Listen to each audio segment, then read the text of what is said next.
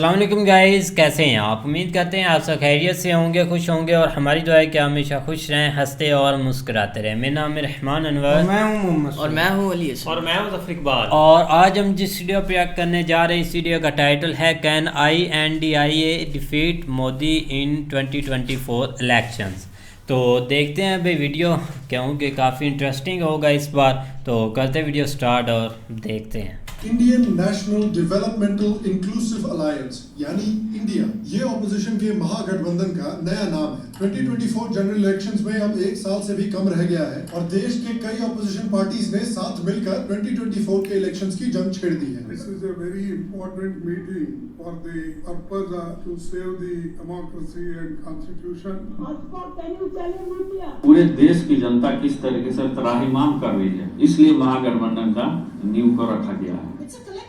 तो बात ये हुई, राम ब्रो, मुझे यहाँ देखकर वैसे मत चौंकिए जैसे 2011 में विदेशी नौकरी त्याग कर रामलीला मैदान में टोपी पहनकर भीड़ में प्लास्टिक के तिरंगे बेचकर केजरीवाल को भारतीय राजनीति को साफ भ्रष्टाचार मुक्त बनाने वाला मसीहा मानने वाला पिछले कुछ दिनों से केजरीवाल को लालू, शरद पवार, राहुल गांधी आदि से मिलता हुआ देखकर चौंक रहा।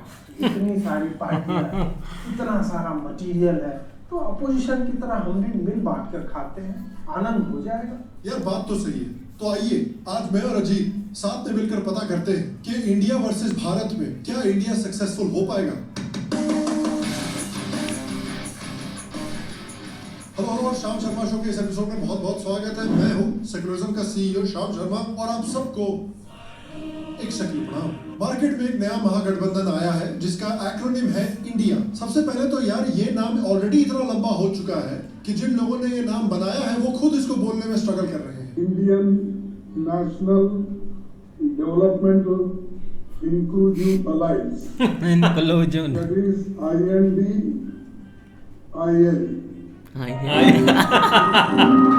ये तो बढ़िया हुआ कि हिंदुस्तान या भारतवर्ष नहीं रखा था एक्रोनिम, वरना खड़गे जी को तो स्ट्रोक ही आ जाता। तो सबसे पहले अजीत यार हमें ये बताओ कि इस इंडिया कोलिशन में मेंबर कौन कौन है। अब मेंबर्स की क्या बात, वक्त, हालात, जज्बात बदलने के बाद केजरीवाल समेत ठगों का पूरा गिरोह अब वैसी ही मीटिंग कर रहा है जैसे डार्क नाइट में बैटमैन को पकड़ने के लिए टुटपुंजिया चोरों की टोली क्या करती।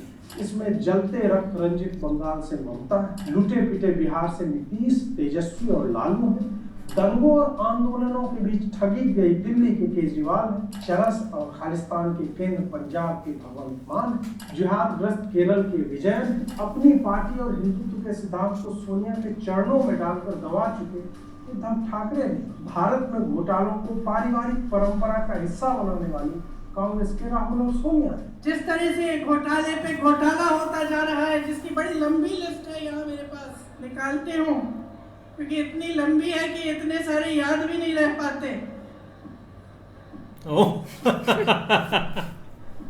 अपने ही आ गया सामने। निकाल के बाद में बताऊंगी।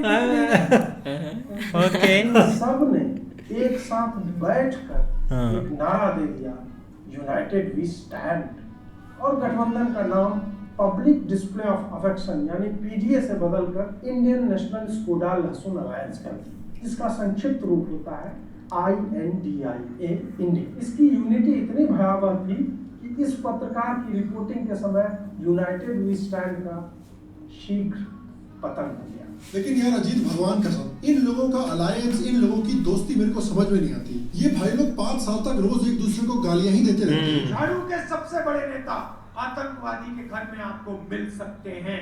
राहुल गांधी जोतेवाले होतं काही माझं तर म्हणणं आहे की आयुष्यात हा नारायण तारका देशाचा पंतप्रधान होऊ शकत नाही, होऊ शकणार नाही, आम्ही त्याला होऊ देणार नाही।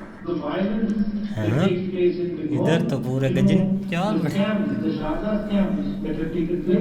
कांग्रेस खत्म हो गई है, उनके प्रश्नों को लेना बंद कर दीजिए।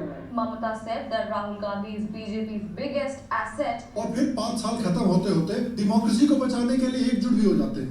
ये वैसे एवेंजर्स हैं कि अगर एवेंजर्स एक दूसरे से उतनी ही नफरत करते जितने की थैनोस से करते हैं। शायद हमारे व्यूअर सोच रहे होंगे कि हर 5 साल ये महागठबंधन जानी दुश्मन से हम साथ हैं में कैसे तब्दील हो जाता है। देखिए जवाब काफी सिंपल है और वो है बीजेपी गवर्नमेंट की परफॉर्मेंस। 2019 के लोकसभा इलेक्शंस में बीजेपी की वोट शेयर अराउंड 37.36% थी, जबकि रूलिंग इंडिया अलायंस का 45% वोट शेयर था। ये बात भी याद रखिए कि ऑलमोस्ट 10 साल तक पावर में रहने के बावजूद प्राइम मिनिस्टर की पॉपुलैरिटी बहुत हाई है। इनफैक्ट प्राइम मिनिस्टर मोदी दुनिया के सबसे पॉपुलर नेशनल लीडर है। सिर्फ एक ग्लोबल लीडर है जिनकी इनसे ज्यादा पॉपुलैरिटी है और वो है शी जिनपिंग, जिनकी 107% अप्रूवल रेटिंग है। 107 कैसे है मत पूछिए, चीन के मुसलमानों की तरह गायब होना है क्या? उसके ऊपर से चाहे महंगाई हो, अनएम्प्लॉयमेंट के इश्यूज हो, कोविड-19 हो या चाइना का अग्रेशन हो, इन सब के बावजूद जनवरी 2023 में एनडीए की परफॉर्मेंस में लोगों का सेटिस्फैक्शन बढ़ा ही है। उसके ऊपर से 72% लोग ये मानते हैं कि मोदी गवर्नमेंट ने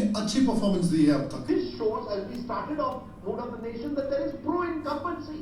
कुछ सर्वेस के हिसाब से अगर आज लोकसभा इलेक्शंस होते हैं, who would win if a Lok Sabha election were held today? The NDA would still be comfortably placed, 298 seats for the NDA. लेकिन पिछले कुछ महीनों में बीजेपी के कुछ अलायंस पार्टनर्स ने उनको छोड़ा है। उसके ऊपर से 2019 के इलेक्शन के बाद कुछ स्टेट इलेक्शंस भी बीजेपी हारी है। तो अगर आप अज्यूम करें कि जिन स्टेट्स में इलेक्शंस बीजेपी हारी है, उन स्टेट्स में नेशनल इलेक्शन में भी अंडर परफॉर्म करेगी, तो उनका वोट शेयर गिर सकता है। तो महागठबंधन जो है INDIA, उनकी होप ये है कि अगर वो साथ में काम कर सके, अगर वो बीजेपी के वोट को काट सके, और अगर बीजेपी ने जिस स्टेट्स में इलेक्शन हारे हैं उनमें नेशनल इलेक्शंस में भी अंडर परफॉर्म करें, तब उनके पास चांस है बीजेपी को हराने का। लेकिन फिर यहाँ पर कुछ बड़े सवाल खड़े हो जाते हैं। फॉर एग्जाम्पल अजीत, ये अलायंस में इतनी सारी पार्टी साथ में मिली हुई हैं। कांग्रेस ने तो यहाँ तक हिंट दे दिया है कि शायद वो अपना कैंडिडेट प्राइम मिनिस्टर फेस के लिए खड़ा ही नहीं करेंगे। तो एनडीए का तो क्लियर लीडर है प्राइम मिनिस्टर मोदी। ऑपोजिशन के लीडर कौन बनेगा? क्या राहुल गांधी बनेंगे,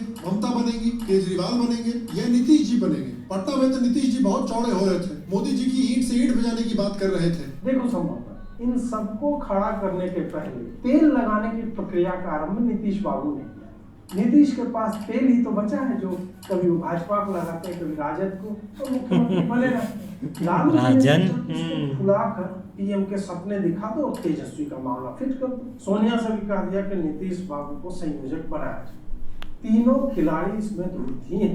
लालू का गेम नीतीश समझते हैं, नीतीश का गेम सोनिया समझती है, और सोनिया का गेम ये दोनों समझते हैं। सोनिया ने इन लोगों को सही था गैस चीनी दूध में गिरी मक्खी को करता है। इसके पीछे मंशा यह थी कि चंद्रयान भी 3 बार लॉन्च हो गया, मेरा राहुल का लॉन्च हो गया। वालों ने फ्रंट कवर पर राहुल के लिए जितने विशेषण थे सब प्रयोग में लाने के बाद कुछ नया सोच नहीं पाए। इतनी बार में तो पाकिस्तान वाले मोमबत्ती नीचे लगाकर इस मिसाइल को चांद तक पहुंचा देंगे।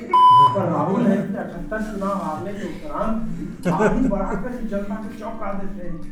ये कैसे कर दिया यार, ये तो तपस्वी हो गया, मोहब्बत की दुकान खोल दी, भारत जोड़ दिया। एक टैलेंट तो है राहुल गांधी में कि आदमी थेथर हो गया है, न सम्मान का मोह न अपमान का भय। ये आदमी शून्य हो चुका है, इसने सुंदरियों को जीत लिया है। आज तो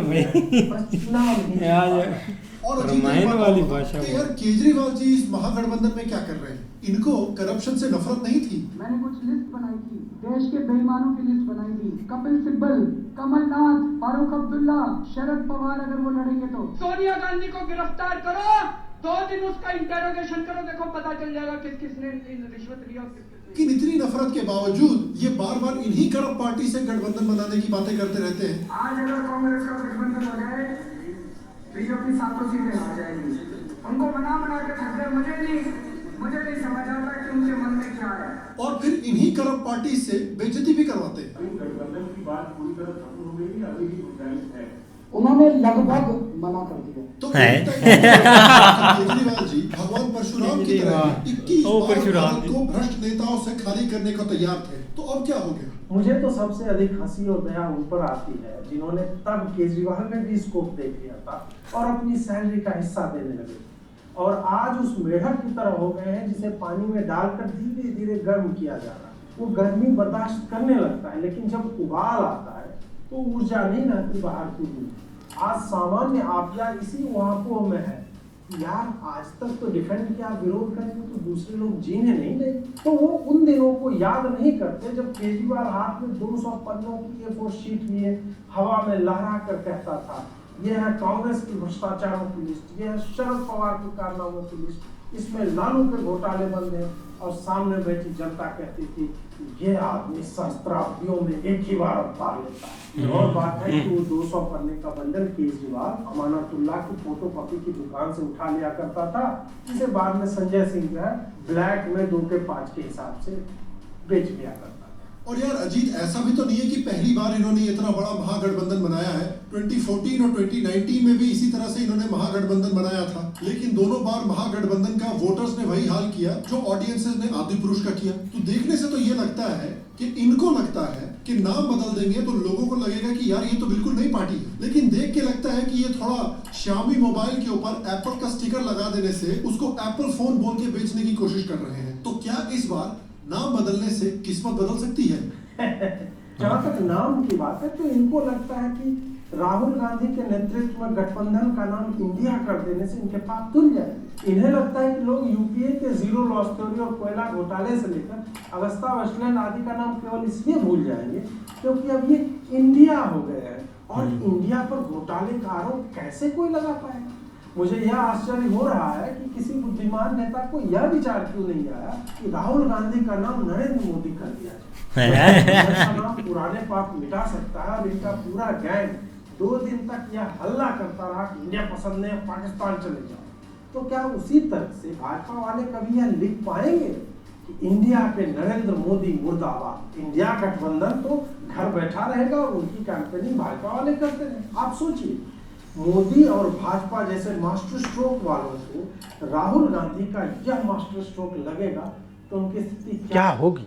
वैसे 2 मीटिंग में जब 2 नाम आए तो संभव है कि तीसरी में राहुल गांधी का नामकरण संस्कार हो ही जाएगा। समस्या भी नहीं है, गांधी टाइटल तो नकली है ही, पहला नाम भी बदल जाए तो किसी को क्या पता चलेगा। यार कसम से आप मेहनत देखिए इन लोगों की। फुल टाइम पॉलिटिशियंस होने के साथ साथ ये करप्शन की पैसिव इनकम का साइड हसल भी चला रहे हैं। What if I told you कि आप पैसिव इनकम बिना फालतू के हसल और बिना गलत काम किए भी कमा सकते हैं। सुनने में क्रेजी लगता है, लेकिन आज के वीडियो का स्पॉन्सर हनी गेन यही प्रोवाइड करता है। आप सिर्फ और सिर्फ अपना इंटरनेट कनेक्शन शेयर करके पैसे कमा सकते हैं। अब हनी गेन आपको इन पॉलिटिशियंस के लेवल का पैसा नहीं देगा, लेकिन ये इमेजिन कीजिए कि आपको कभी भी नेटफ्लिक्स के लिए या हॉटस्टार के लिए पे नहीं करना पड़ेगा। जो स्पॉटिफाई की प्रीमियम सब्सक्रिप्शन आप कई महीनों से लेने की सोच रहे हैं वो भी आप ले सकते हैं, और ये सब बिना कुछ किए। हनी गेन का ऐप आपकी ब्राउजिंग एक्सपीरियंस को बिल्कुल भी इफेक्ट नहीं करता। ये आपका पर्सनल डेटा नहीं गैदर करता, ये सिर्फ पब्लिक डेटा गैदर करता है, जैसे अलग अलग जगहों पर प्राइसिंग इन्फॉर्मेशन, अलग अलग रीजन्स में इंटरनेट पर क्या बेस्ट डील्स मिल रही हैं अलग अलग प्रोडक्ट्स की, और उसके ऊपर से कहां पर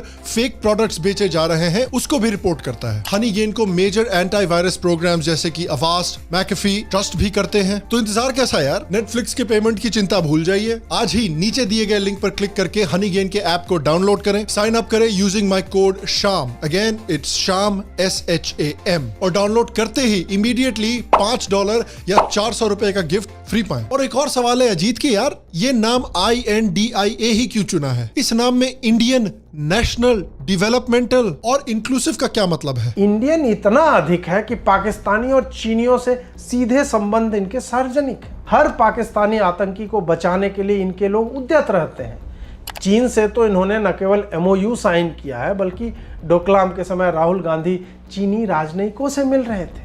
इसके बाद आता है शब्द नेशनल। नेशनलिज्म तो इनमें कूट कूट कर भरा गया, जो कि कन्हैया कुमार के भारत तेरे टुकड़े होंगे के बाद आज तक इंशाअल्लाह इंशाअल्लाह चिल्लाने से साबित होता है। आज भी चिकन नेक काटने वाले शर्जील इमाम और दिल्ली के हिंदू विरोधी दंगों के आर्किटेक्ट उमर खालिद के लिए इनकी चित्कार जो है सुनाई देती रहती है। डेवलपमेंटल को लेकर तो बस यही कहूँगा कि इन्होंने डिजिटल इंडिया का उपहास किया था। 60 वर्षों में भारत में पेयजल, विद्युतीकरण, हाईवे आदि की नगण्य उपलब्धता ने राष्ट्र को गर्त में ढकेल रखा था। डेवलपमेंट यदि किसी का हुआ है तो वो इस पार्टी का और इनके नेताओं का हुआ है, जिनके सर पर लाखों करोड़ों के घोटाले हैं। अगला शब्द है इंक्लूसिव, और देश के लगभग हर बड़े दंगे के पीछे रहने वाली पार्टी कितनी इंक्लूसिव है वह हाल ही में कर्नाटक में कन्वर्जन, गौमांस आदि पर इनके बयानों से साबित हो जाता है। बाकी की इंक्लूसिवनेस के लिए ममता बनर्जी के बंगाल से दुर्गा विसर्जन और मुहर्रम से लेकर रामनवमी तक जो भी समाचार आते हैं वो देख सकते हैं।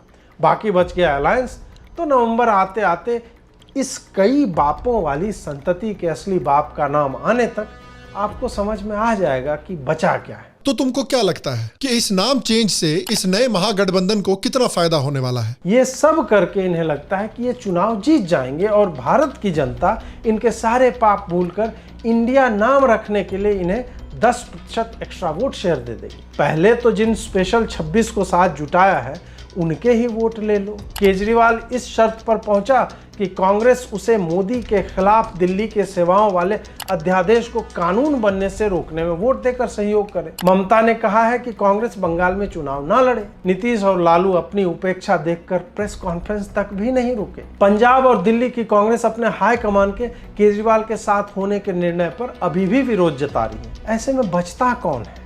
उद्धव ठाकरे और उसका बेटा जो आज सोनिया गांधी की चरण वंदना करता दिखता है, या शरद पवार जो बुढ़ापे में अपनी बनाई पार्टी गंवाकर यह तय कर नहीं पा रहे कि उसे कोई मनाने आएगा तो हो जाएगा। ऐसे में तो इन्हें लिंगलहरी कन्हैया कुमार को बुलाकर एक आयोजन करवाना चाहिए जहां यह नारेबाजी हो, इंडिया तेरे टुकड़े होंगे इंशाअल्लाह इंशाअल्लाह। बात तो सही है, लेकिन हिस्ट्री भी हमें ये दिखाती है कि कभी कभी एक महागठबंधन एक एस्टैब्लिश गवर्नमेंट को गिरा सकते हैं, जैसे कि जनता दल वाली गठबंधन ने इंदिरा गांधी की गवर्नमेंट को गिराया था। आज की ऑपोजिशन भी ऐसा ही कुछ करने की कोशिश कर रही है, लेकिन ऑपोजिशन के सामने एक बड़ा पंगा ये है कि 2019 में बीजेपी ने 222 सीटों को 50% वोट शेयर से ज्यादा से जीता था। एक और चैलेंज ये है कि बीजेपी का एटलीस्ट ऑडियंस के लिए एक क्लियर विजन है कि हम हिंदुत्व और इंक्लूसिव डेवलपमेंट को मिलाकर देश को आगे बढ़ाएंगे। एनडीए का एक क्लियर लीडरशिप फिगर भी है प्राइम मिनिस्टर मोदी में। तो उसी की तरह क्या ऑपोजिशन भी एक क्लियर लीडर और एक क्लियर विजन वोटर्स को दे पाएगी? इनिशियल मीटिंग्स में उन्होंने कहा है कि वो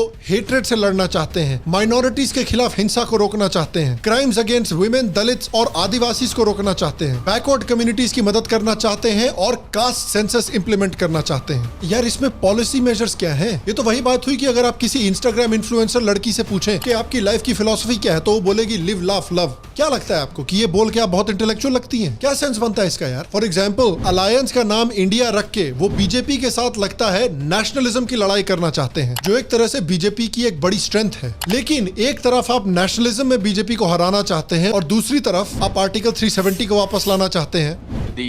Decision of revoking Article 370 and reducing the statehood of J&K is extremely, I would say, sad decision, and the Congress party would certainly have to have a relook on this issue. आप triple तलाक के ban को oppose करते हैं। The Congress party will certainly oppose the triple talaq bill today. आप uniform civil code को oppose करते हैं। कॉमन सिविल कोड वो देश की एकता और देश में समरसता लाने के लिए नहीं उठाया जा रहा। अब पाकिस्तान में की गई सर्जिकल स्ट्राइक्स को झूठा बोलते हैं। जो भी सर्जिकल स्ट्राइक का दावा सरकार कर रही है वो सही है या गलत है मुझे लगता है, मेरे हिसाब से तो फेक लग रहा है। और आप टुकड़े टुकड़े गैंग के लीडर्स को अपने पार्टी में डालते हैं। ऐसी चीजों को सपोर्ट करके ऑडियंस से नेशनलिज्म पे वोट्स एक्सपेक्ट करना तो पाकिस्तान से चंद्रयान मिशन को एक्सपेक्ट करने के बराबर हो गया। और बड़े चैलेंजेस इस महागठबंधन के सामने ये हैं कि वो बीजेपी से तो बाद में लड़ेंगे, पहले एक दूसरे से तो लड़ना बंद करें। सबसे पहले तो ये लोग अपने महागठबंधन के नाम पे ये अग्री नहीं कर पा रहे हैं। दूसरी बात, इस महागठबंधन में ऐसी बहुत सारी पार्टीज हैं जो एक दूसरे से जानी नफरत करती हैं। महागठबंधन बनाने के एक दिन के बाद ही कम्युनिस्ट पार्टी तृणमूल कांग्रेस पर बंगाल के पंचायत इलेक्शंस में हिंसा करने के लिए अटैक करने लगी। टीएमसी के खिलाफ और टीएमसी की तानाशाही रुख जो बंगाल में दिखाई दिया है पूरे पंचायत के चुनाव में, वो बंगाल की हकीकत है। सीपीआईएम के जनरल सेक्रेटरी सीताराम येचुरी ने तो ये भी कहा है कि नेशनल इलेक्शंस में वो बंगाल की सारी सीटों पर लड़ेंगे और कांग्रेस और तृणमूल कांग्रेस के साथ सीट शेयरिंग नहीं करेंगे। पंजाब की कांग्रेस यूनिट ने भी नेशनल कांग्रेस पार्टी की केजरीवाल के आम आदमी पार्टी के साथ पंजाब में गठबंधन करने के लिए निंदा की है। इनफैक्ट बंगाल के कांग्रेस प्रेसिडेंट अधीर रंजन चौधरी ने अलायंस बनने के तुरंत बाद तृणमूल कांग्रेस की भी निंदा की है। और फनी बात यह है कि इस अलायंस का जो नाम है INDIA, ये नाम किसने रखा है इस पे भी लड़ाई चल रही है। शुरुआत में अरविंद केजरीवाल जी ने क्रेडिट लेने की कोशिश की। विपक्ष के गठबंधन का नाम इंडिया रखा गया है। विपक्ष के गठबंधन का नाम इंडिया रखने में आम आदमी पार्टी के राष्ट्रीय संयोजक और दिल्ली के मुख्यमंत्री अरविंद केजरीवाल ने अहम भूमिका निभाई है। उसके बाद ममता दीदी ने क्रेडिट लेने की कोशिश की। She spoke that we have to name our alliance as INDIA। और फिर राहुल गांधी जी को सारा क्रेडिट देने की कोशिश की जा रही है। Yes, the idea came from Rahul Gandhi. भैया ऑपोजिशन के अलायंस के नाम के क्रेडिट के लिए इतनी लड़ाई हो रही है।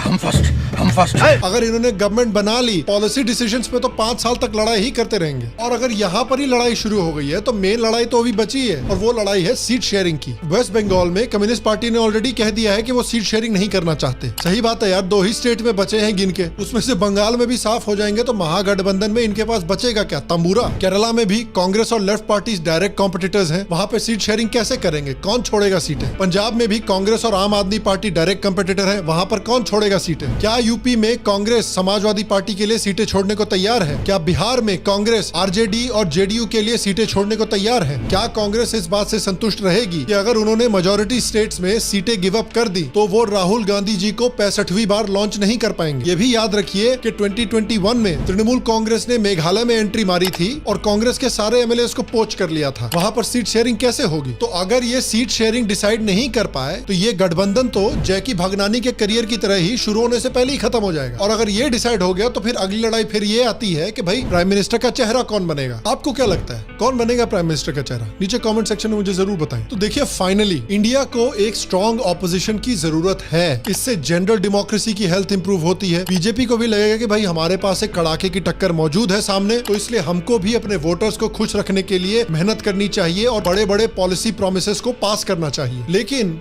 अभी तक देखते हुए तो ये लगता है कि ये जो अलायंस है INDIA, इनके पास अभी बहुत सारी प्रॉब्लम्स हैं। देश के लिए भी एक ये प्रॉब्लम है कि अगर इस तरह की एक अलायंस पावर में आती है तो क्या ही पॉलिसी डिसीजंस ये लोग पास करेंगे यार? कैसे किसी भी प्रोग्राम को ये लोग इंप्लीमेंट करेंगे? हर स्टेट में तो अलग अलग पार्टीज एक दूसरे से लड़ाई करती रहेंगी और हम वापस देश को एक ऐसे कोalition सिस्टम में ले जाएंगे जहां पर कोई भी काम ठीक से हो नहीं पाएगा। हर प्रोग्राम को पास करने में 10-10 साल लग जाएंगे। क्या जनता पिछले 10 साल की पॉलिटिकल स्टेबिलिटी को छोड़कर एक अनस्टेबल कोalition सिस्टम में वापस जाने को तैयार है? क्या अपीसमेंट पॉलिटिक्स, आतंकवादी अटैक्स के खिलाफ एक कमजोर रिस्पॉन्स और एंटी हिंदू कानूनों की वापसी होगी? और मैं और अजीत आपसे जानना चाहते हैं कि इस अलायंस के बारे में आपका क्या ख्याल है? आपके हिसाब से कौन बनेगा इस अलायंस का प्राइम मिनिस्टीरियल चेहरा? नीचे कमेंट सेक्शन में मुझे जरूर बताएं। और मैं अपनी तरफ से अजीत का आज बहुत बहुत धन्यवाद देना चाहता हूं इस शो पर मुझे ज्वाइन करने के लिए और इस अलायंस के बारे में हमारे कुछ डाउट्स को क्लियर करने के लिए। बाकी अगर आप इंडिया की ऑपोजिशन पार्टीज के साथ क्या बड़ी बड़ी प्रॉब्लम्स है उनके बारे में जानना चाहते हैं तो यहाँ पर क्लिक करके हमारा वीडियो जरूर चेकआउट करें। और मैं आपसे अगले एपिसोड में मिलूंगा और तब तक स्वस्थ रहें, सुखी रहें, फिर मिलेंगे। और आप सबको हाँ जी गाइस, तो बिल्कुल जैसा आपने देखा कि अब जल्दी इंडिया पार्टी बन चुकी है। तो अभी तक कोई मुझे लगता है फाइनल नहीं हुआ कि उनकी तरफ से प्राइम मिनिस्टर कौन होगा। पता नहीं बनेंगे भी नहीं 2024 में, ये तो अभी पता नहीं। लेकिन ये कि अभी फाइनल नहीं हुआ। अगर फाइनल हो जाए तो भाई राहुल गांधी जी को रखना चाहिए कि या वो ही आगे आने चाहिए। काफ़ी हद तक उनको काफ़ी मेहनत कर रहे हैं यार। 2024 में जो है ना उनका प्राइम मिनिस्टर आएगा। आप देखो, लेकिन ये कि जो करंट सिचुएशन के लिहाज से देखो यार, वो दूसरा मामला खामोश हो गया, वो नो कॉन्फिडेंस वाला, उसके ऊपर वो वापस मुझे लगता है इन्होंने ले लिया। हाँ, क्योंकि वो भी बिल्कुल, लेकिन ये कि इसके ऊपर वो पूरी उम्मीद है कि हम जो है ना वो कुछ ना कुछ करेंगे। लेकिन ये कि जब इस तरह का होता है ना मेल मिलाप, तो उसमें ज़ाहिर बात है हर पार्टी अपना फ़ायदा देखती है। जिस तरह बंगाल वाले देख लो, वो अपना फ़ायदा देख रहे हैं, महाराष्ट्र वाले जो है ना वो अपना फ़ायदा देख रहे हैं। तो मतलब हर किसी को जो है ना वो यही है कि कांग्रेस वहाँ पे कुछ पार्टियाँ, आप केजरीवाल जो हैं वो अपने फ़ायदे को देख रहे हैं कि हमें जो है ना वो किस तरह फ़ायदा होगा। तो ये सिर्फ वोट बैंक जो है ना वो अपना थोड़ा सा सीधा पतरा करने के चक्कर में उन्होंने ये अलायंस बनाया है। लेकिन सिचुएशन के लिहाज से देखो कि अब जो लोग हैं ना वो मतलब इन चीज़ों को नहीं देखते। अब थोड़ा सा लोगों का माइंड सेट चेंज हो चुका है, लोग अब परफॉर्मेंस को देखते हैं। नहीं, इसमें कोई डाउट नहीं। अब अपोजिशन का जो काम होता ही भाई ये है, जब एक इलेक्शन नज़दीक आ जाते हैं तो तब एक पार्टियां कुछ इकट्ठी भी हो जाती हैं और कुछ मतलब के बिछड़ भी जाती हैं।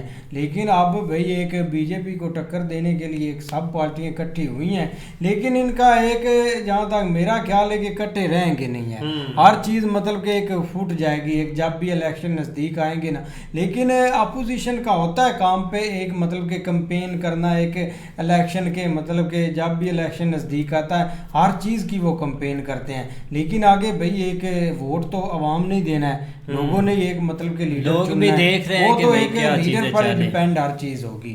लेकिन वो ये इधर है कि भाई पीएम मोदी की तरफ देखा जाए तो ये अभी स्ट्रॉन्ग लग रहे हैं स्ट्रॉन्ग, क्योंकि उन्होंने जैसे एक चीज़ें बदली हैं इंडिया में, तो ज़ाहिर बात आने वाले इलेक्शन में काफ़ी ज़्यादा चांस है कि दोबारा से फिर पीएम मोदी प्राइम मिनिस्टर बने भाई। तो देखते हैं अब नेक्स्ट, ये तो आने वाला टाइम बताएगा। तो उम्मीद करते हैं आपको वीडियो पसंद आएगी, अगर पसंद आए तो वीडियो को लाइक, चैनल को सब्सक्राइब ज़रूर कीजिएगा। मिलते हैं नेक्स्ट वीडियो में, तब तक के लिए अल्लाह।